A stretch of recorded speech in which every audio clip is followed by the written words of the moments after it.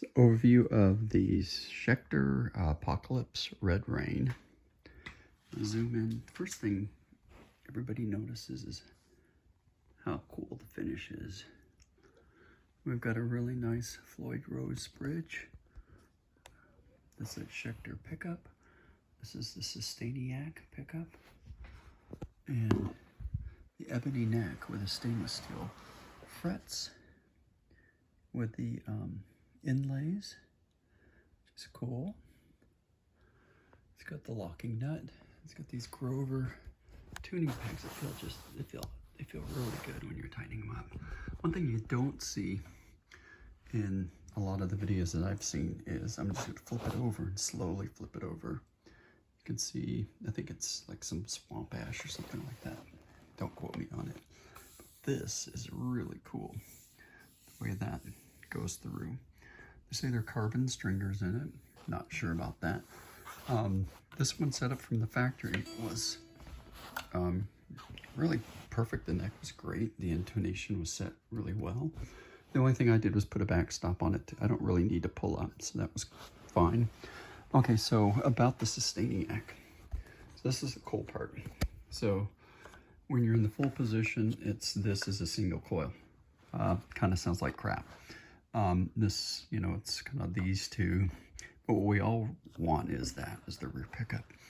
Okay, so what we got is the activation. Everybody knows about that. Activate, deactivate. So turn it on, and what you're going to do if you're in this position, it's going to sustain the note that you're playing.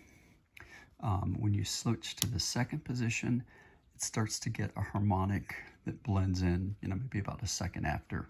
Flip it over here, and it gets this kind of funky, really high overtone. It's kind of a little overkill. So, but the best part about this that I haven't seen anybody else doing is, let's say you've got the sustainiac and you're holding that note and you're getting that feedback going, and you flip it back into there and you're right in and out of that. I mean, it's really seamless.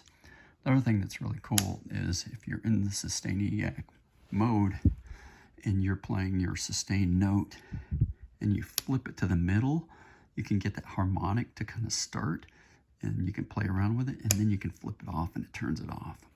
But the real fun begins when you start working the volume pedal. Not volume pedal, the volume knob. So you can swell it in, and once it starts going, you can bring it off or bring it back on, which is really cool. This is just a tone knob. I just crank it all the way to treble because that's the way I like it. This one is the amount of feedback you want, or sustain you want. So you can dial that off if you don't want it to be as high, and then you bring it up as you want to bring it up. And so you can kind of noodle around with that as far as how much of an impact you want with that. So the next thing is going to be actually playing it.